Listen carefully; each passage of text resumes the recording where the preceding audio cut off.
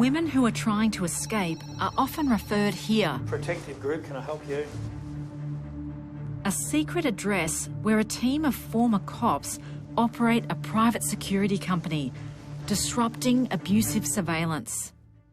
So Safe Steps have referred her to the refuge. So before she's gone to the refuge, she's come here for us to check her car for trackers and check the phone because he's probably tracking her. He's IT savvy. Where might the tracker be hiding if it is being tracked? It could be under the wheel arches, magnetically held underneath the car, in the USB port. The thing is, if there's a tracker there, we haven't got to it yet. But that car is literally just sitting straight outside. Sitting straight outside. And it may actually reveal where she is. Correct. But she's safe in here. Door's locked, we're here, under cameras. So, I mean, like, how careful does this woman need to be when she's in her house or in her car? I mean, if she was talking about this, is there a reasonable chance that she could be overheard? Oh, yeah. There's a lot of women that don't even talk in their own home. They go outside in the backyard because they're scared. And do people think that they're paranoid? Yeah, they do. I think we've got to look at every case like there is no paranoia. She clearly thinks she's being followed because he's always there. Sorry to interrupt. Just an update. She's definitely compromised. She's just so hyper-vigilant and petrified. This bloke is clearly IT savvy. He's a qualified tradesman as well. She did disclose to me in a number of trades. Okay. One is electronics. Oh, okay. He's been covertly filming her and taping her for years. So this is, you know, a 7-8 year ordeal. Multiple times she's attempted to leave. She's at extreme high risk of being killed or seriously injured from this man.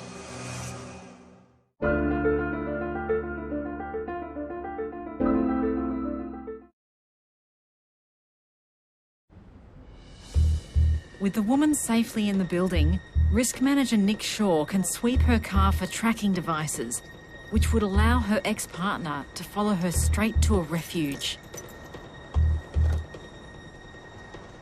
It's like she's emptied out her entire house into the car.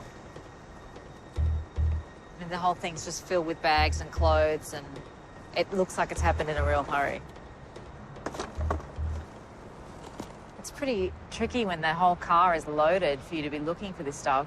Absolutely. And that's why I also use the radio frequency detector to help give me an indication if there is something.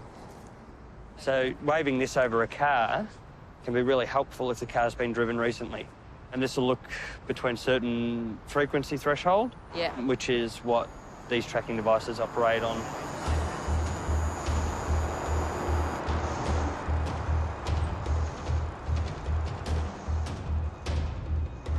I've got a cable underneath the car that could have been used to have something wired into it at some point. It's a good indication that there's been something under here. I'll just get you to hold that. But you're not getting any signal back? No. Pretty confident? I'm fairly confident. It's not pinging, is it? No, there's nothing pinging. With the car declared safe, Nick moves on to the woman's phone and computer, which he's worried might be loaded with spyware. It's showing here that there's an off-store app on the phone. I've put it in developer mode to scan it, so I'm attempting to locate it on the phone. But the perpetrator keeps calling. He keeps calling. How many times has he called? This would be about the 40th. Since she's been here? Since she's been here. Wow. She's blocked his mobile number, so he's put that into private. We can't get into the phone and check the spyware because he's continually calling. Looks like she's got some off-market app loaded onto her phone, which would probably be a tracker. So he may well know where she is as well. Hey. Just going through it. Perp keeps calling. There we go. Perp's calling again. Yeah, right. You just got to let it ring out. Yeah. So what did you find? Are these two spyware apps there? So this top one here has a dual use, which means that it can have a legitimate use as a recorder. This one here, which is an unknown app, there's no trace of the app on the actual phone. Could he see her on a map or anything like that? Yeah, so this one has access to find location.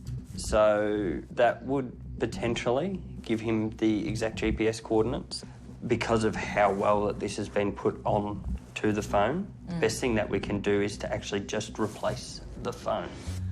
Are you worried about making him more angry? It can escalate him, The big thing with this is once we cut off that communication so he can't see where she is, he can't see what she's sending, this lady will be able to break free of the control that he's had. Got your phone? See ya. Now confident she's not carrying any tracking devices, the woman can head safely for a refuge. But most of the work that Nick and Steve do is off-site. So a couple of things. Yeah, we've got to keep in our mind if the perpetrator's in the area, if any of his friends are here, any associates, we don't want them to see us, so sometimes we tend to park a little bit away. Yeah, okay. So 30, 40 metres away, so... Also gives us an escape route. An escape route, that's right.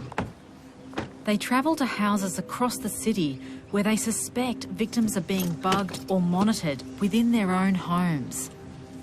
So we'll go in first and make sure there is no one in the property before we come back out. Cheap surveillance technologies have enabled perpetrators to follow their victims everywhere. Hello, is anybody here? Coast is clear. Nick demonstrates how he finds hidden monitoring devices. So straight away, I can see here plugged into the ABD2 sensor. This one here is the GPS tracker. Right. Quite cheap to find online. I've come across some as low as $9. $9, okay. Most of the places that you'll be looking for in a car will be places where there's access to electricity. That being said, there are battery-operated devices. They're just not as reliable. Yeah, right. In fact, there's one right there underneath the car. No way. Where? Just down the back there. This one here's a battery-operated one.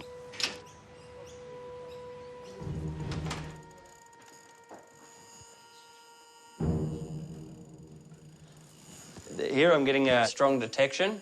Somewhere like up there is a spot to stick something that was looking through the gaps, and you'd get a good view from there.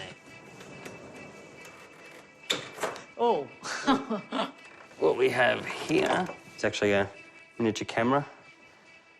Oh, it's a camera. Oh, wow. That is tiny. It's like a webcam. That one will also get audio. You're able to connect over a Wi-Fi network to it directly, or you could also tie that into a modem to forward on the information. So he could be sitting 2 states away watching it and listening. So creepy.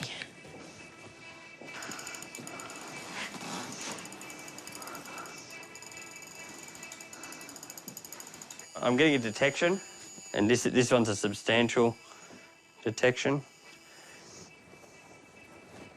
And, I mean, is this something that you see a lot with kids' toys? So this is a tracking tile. The father plays on the children to get, where's mum?